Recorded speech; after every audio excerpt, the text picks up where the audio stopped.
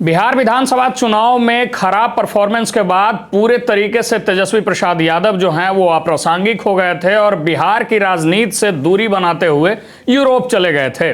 सब लोग ये तक कह रहे थे कि अब तेजस्वी प्रसाद यादव को राजनीति से कोई मतलब नहीं रह जाएगा, वो पूरे तरीके से गायब हो गए हैं और वो अपने हार को स्वीकार करने के लिए तैयार नहीं है।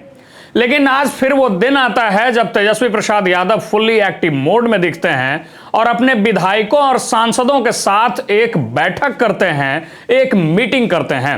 हमारे साथ अभिषेक पाठक हैं, इनसे बात करने का प्रयास करेंगे और ये जानने की कोशिश करेंगे कि उस बैठक में आज क्या हुआ होगा। अभिषेक जी, देखिए, एक तो बात है कि तेजस्वी यादव चाहे जहां भी रहें, वर्तमान में मीडिया की कवरेज उनके पास भी पहुंच ही रही होगी। हाँ। जिस तरह से जो चीज़ें चल रही हैं अभी उनको लेकर कि थोड़ा सा वो जैसे आपने बताया कि अप्रासंगिक हो गए थे वो। हाँ। मतलब जो चीज़ें करनी चाहिए थी वो आत्ममंथन हो सकता है, वो पार्टी मीटिंग्स हो सकती है जो व्यक्तिगत रूप से हो, उससे वो परे हटकर वो चले गए थे यूरोप वगैरह पे और वो मतलब छुट्टियाँ मना रहे थे कि भाई हम तो हार गए हैं।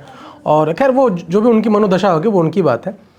उनके अगर पास ये न्यूज़ पहुंचा होगा और लगा होगा कहीं ना कहीं ये जो संदेश है ये हमारे जनता में कम से कम वैसे कुछ प्रतिशत है, मत प्रतिशत, जो आज भी तेजस्वी यादव को अपना नेता मान के चलता है इस प्रदेश में।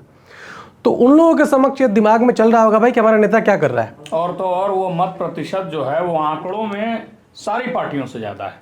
जी बिल्कुल, इस पे तो खैर चर्चा लंबी चली जाएगी हमारी।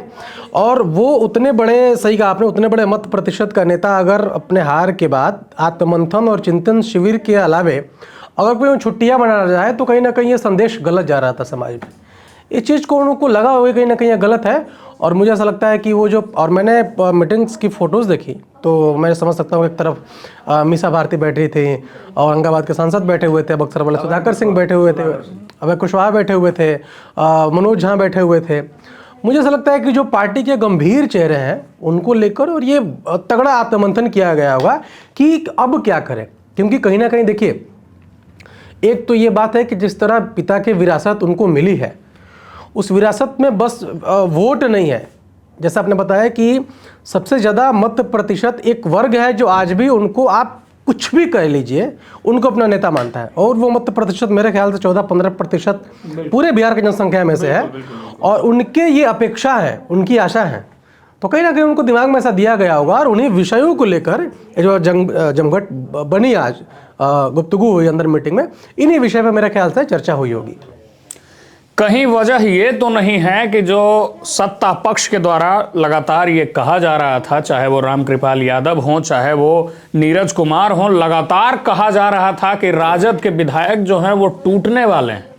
वो कह रहे हैं कि हमारे पास कोई काम नहीं बचा है, हमारे नेता जो हैं वो गायब हो गए हैं, मिस्टर इंडिया बन गए हैं, तो अब हम लोग जो है सत्ता पक्ष की तरफ आएंगे, एनडीए ज्वाइन करेंगे।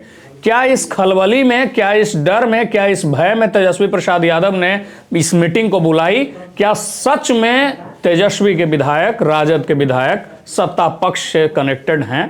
क्या मिलने जा रहे हैं? जी, मुझे ऐसा लगता है कि जितने भी विधायक, खासकर जो आरजेडी के विधायक हो, जितने भी विधायक जीते हुए इस बार, वो बहुत बड़े ही विश्वस्त विधायक आरजेडी के। जो लोग कह रहे हैं कि विधायक आ सकते हैं, विधायक एनडीए में शामिल हो सकते हैं, सबको सत्ता प्रिय होती है, वो सत्ता के चक्कर में जा सकते हैं, लेकिन मुझे ऐसा लगता है कि अब तक जो होना चाहिए, अगर ऐसा हुआ होता या फिर ऐसा उन लोगों के दिमाग में चल रहा होगा कि भाई हम एक ना एक दिन चले जाएंगे वहाँ पे, तो ये हो जाना चाहिए था। अब तक नहीं गए, इसका ये मतलब है कि ये बहुत विश्वस्त हैं पार्टी के और शुभचिंतक है। राजनीतिक गलियारे में पार्टियाँ ये सब इसलिए कहती है कि एक जनता में संदेश जाए कि एक तो पार्टी बुरी तरह हारी है, ऊपर से जनता में संदेश फैला दिया जाए कि भाई देखो तुम्हारे जीते हुए विधायक भी तुम्हारी पार्टी छोड़कर कहीं और जा रहे हैं। तो ये बस राजनीतिक चीज़ था और इस विषय को बहुत उस तरह से देखने की आवश्यकता नहीं है। लेकिन हाँ, कहीं ना कहीं इस बात की चिंता तो होगी, क्योंकि आपको याद होगा कि जब लालू यादव अपने राजनीतिक सबसे खराब समय से और ख़राब दौर से गुजर रहे थे, तो उस समय लालू यादव के जो बहुत ही करीबी विधायक और कुछ लोग थे जो कि छोड़कर और एनडीए में शामिल तब हो गए थे। तो कहीं ना कहीं पिछड़ी गलतियों को ध्यान में रखते हुए पार्टी को ऐसा लगा होगा कि भाई हो सकता है कि ऐसा हो जाए। तो हो सकता है कि मीटिंग का भी ये भी वजह हो सकता है, बट मुझे ऐसा नहीं लगता कि ये सच है। सवालिया निशान इस मीटिंग को लेकर इसलिए भी खड़ा होता है क्योंकि आप कितना भी आश्वस्त रहिए, विश्वस्त रहिए, लेकिन राजनीति में विश्वसनीयता कोई शब्द नहीं है। जी, सवाल इसलिए भी उठता है कि रोहिणी आचार्य ने कहा है कि अगर सही में इनको मंथन करना है तो इनको शोध करना पड़ेगा, इस ड्रामे से कुछ होना जाना नहीं है। इस बयान को आप किस तरीके से देखते हैं? एक तरफ तेज प्रताप यादव पूरे तरीके से एक्टिव थे, सबको अपने तरफ जो है जोड़ रहे थे और एक मैसेज डिलीवर कर रहे थे कि लालू प्रसाद यादव के असली वारिस वही हैं, उनको घर से हटाया गया, पार्टी से भगाया गया, बावजूद इसके वो अपने आप को प्रूफ करने में लगे हुए हैं। इंडिपेंडेंटली चुनाव लड़े, लगभग 35-40 हजार के करीब जो है अपनी पार्टी से जो है जाकर के वोट लाया और उसके बाद महाजुटान कर दिए। तो क्या वजह हो सकता है रोहिणी आचार्य के ऐसे बयान का? क्या सही में इन लोग जो है मिलजुल करके तेजस्वी को धकेलने में लगे हुए हैं? मुझे लगता है कि रोहिणी आचार्य के किसी भी ट्वीट और किसी भी बात को बहुत प्रासंगिक मानने की आवश्यकता नहीं है। मैंने बहुत बार इस बात को कहा भी है कि अगर रोहिणी आचार्य को सच में पार्टी हित की सोचना होता तो वो अपने व्यक्तिगत हितों को नीचे रख के और पार्टी के साथ जुड़ती। उनकी बड़ी बहन है मीसा भारती, वो तेजस्वी यादव को अपना नेता मानकर और बगल में बैठी रहती है, तो उनको पार्टी से बहुत लेना देना नहीं है। इनको अब खुद को सुप्रीम साबित करना था वहां पे, और इस चक्कर में मुझे लगता है कि वो बयान देती है।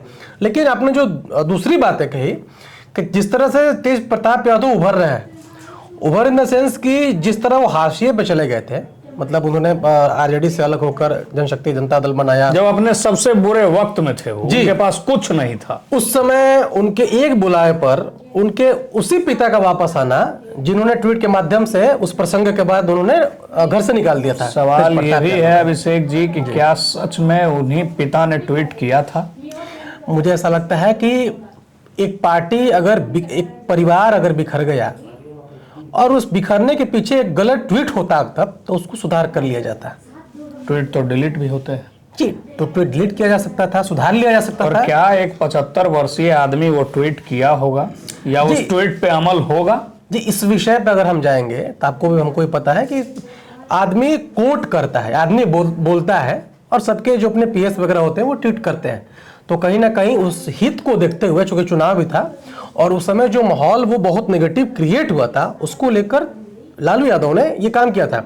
चूंकि प्रोफाइल लालू यादव के नाम से है, तो इसमें ये प्रश्न नहीं उठना चाहिए कि क्या उन्होंने 75 वर्षीय होकर ट्वीट किया था, क्योंकि इसका तो कोई प्रसंग आता ही नहीं यहाँ पे, क्योंकि इस देश में 80 वर्ष के पत्रकार ट्वीट करते हैं। सवाल ये भी है कि जब लालू प्रसाद यादव ये बात कहे होंगे, जब लालू प्रसाद यादव ये आप कह रहे होंगे कि सोशल मीडिया के अपने जो साथी हैं उनसे ये लिखवाए होंगे, तो क्या लालू प्रसाद यादव 8 महीने बाद अपने खुद के ट्वीट पर अमल नहीं रह पा रहे हैं? वो लालू प्रसाद यादव जो अपने बयानों के लिए, अपने स्टैंड्स के लिए, अपने विचारधारा के लिए जाने जाते थे, या सच में खेल कोई और था? क्योंकि लालू प्रसाद यादव वहां गए, उनको आशीर्वाद दिए और स्वीकारे कि वो उनके पुत्र हैं और उनके साथ बैठ करके चूड़ा दही खाए, जो एक पिता कोई भी स्वभावतः करता।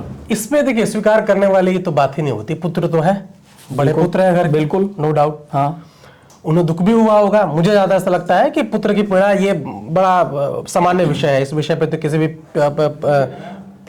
पिता को पुत्र है, पुत्र से पिता को अलग करने में जो दुख उत्पन्न सामान्य रूप से होती है वो तो होंगी, इसमें कोई लेकिन किंतु परंतु नहीं होना चाहिए।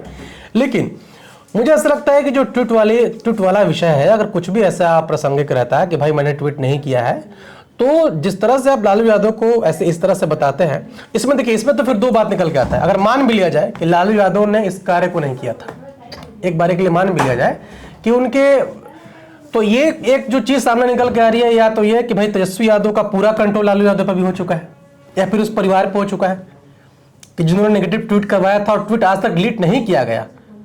एक तो हो सकता है। दूसरी बात, अगर ये नहीं था तभी तो लालू यादव ने गए और स्वीकार किया कि ठीक है भाई, सब कुछ ठीक है। होता क्या, देखिए आपको बता रहे हैं, जिस तरह से पार्टी अभी हाशिए पर बिल्कुल चल रही है, और एक बेटा है जो अभी पूरा लाइमलाइट हासिल करने में लगा हुआ है, वो चाहे विजय सिन्हा के दही चूड़ा भोज में शामिल होकर आमंत्रित कर देना, वही मामा जो कि आपको याद होगा कि तेजस्वी यादव की शादी हुई थी, आपको याद होगा, तो तेज प्रताप ने कहा था कि हम जा रहे हैं साधु यादव से मिलने, उनको पटक के मारेंगे। बिल्कुल, उन्हीं उसी मामा को जाकर उन्होंने आमंत्रित किया। तो कहीं ना कहीं तेज प्रताप को जिस तरह से हम लोग हल्के में लेते हैं राजनीतिक गलियारों में, ये तेज प्रताप यादव की परिपक्वता थी। रामकृपाल यादव जो पुराने सिपाही राजद के थे, जो बिल्कुल। कहे जाते थे कि राम और श्याम लालू के जो है हनुमान हैं। बिल्कुल बिल्कुल। जो श्याम रजक को लेकर के और रामकृपाल यादव को लेकर के कहा जाता था, जी, जी। और रामकृपाल यादव राजद से अलग होकर के भाजपा में चले गए। वो रामकृपाल यादव को भी बुला करके लाने का काम किए, न्योता दिए। बात और है, रामकृपाल यादव किसी वजह से नहीं जा पाए, लेकिन उन्होंने आशीर्वाद भी दिया और कहा भी कि पुत्रवत है।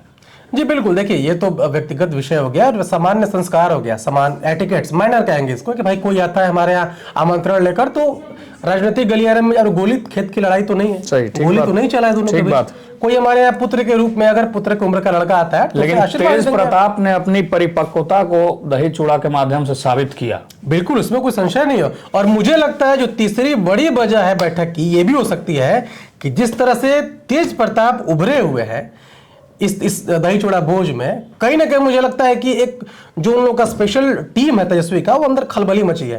क्योंकि एक बात जान लीजिए, जिस समुदाय को, जिस मत प्रतिशत को ये नेतृत्व करता है लालू परिवार, ये एक तरफ जिधर जाएंगे ऐसे होकर चले जाते हैं। मतलब 1% भी इधर का उधर नहीं, पलड़ा भारी कर देते हैं, पलड़ा भारी कर देंगे। तो कहीं ना कहीं तेजस्वी को यह डर है कि अगर ये 14 से 15% अगर तेज प्रताप को नेता मान लिया, तो फिर हमारी राजनीतिक जो कुछ है समझ, सब धरी की धरी रह जाएगी। तो ये ट्वीट में, ये राजनीतिक जो बैठक हुआ, अंदर की जो बैठक हुई अपने 5-6 बहुत घनिष्ठ राजनीतिक सलाहकारों और या कह लें राजनीतिक साथियों के साथ, ये बड़ा विषय हो सकता है तेज प्रताप का ऊपर उठना। जी चलिए, तो एक टर्म है जेनजीज के बीच जिसको कि इनसिक्योरिटी कहते हैं। ऐसा कहना अभिषेक पाठक जी का है कि तेज प्रताप के उभार से, तेज प्रताप के निकल के बाहर आने से और प्रासंगिक होने से राजद खेमे में इनसिक्योरिटीज बढ़ी है, और उसी वजह से जो है ये बैठक हुआ है। हालांकि वजह और भी कई हो सकते हैं। ये डर भी हो सकता है कि कहीं ऐसा तो नहीं कि विधायकों की खरीद फरोख्त हो रही हो, कहीं ऐसा तो नहीं कि उनके विधायक जो जीत करके, जो कि आंकड़ों में सबसे कम में आए हैं, वो भी छोड़कर कहीं जा रहे हैं। बाकी की राय हम आप पर छोड़ते हैं, आप कमेंट बॉक्स में अपना राय रख सकते हैं। बाकी मेरा नाम रमनिक राज है, आप देख रहे हैं मीडिया दर्शन। बहुत बहुत धन्यवाद।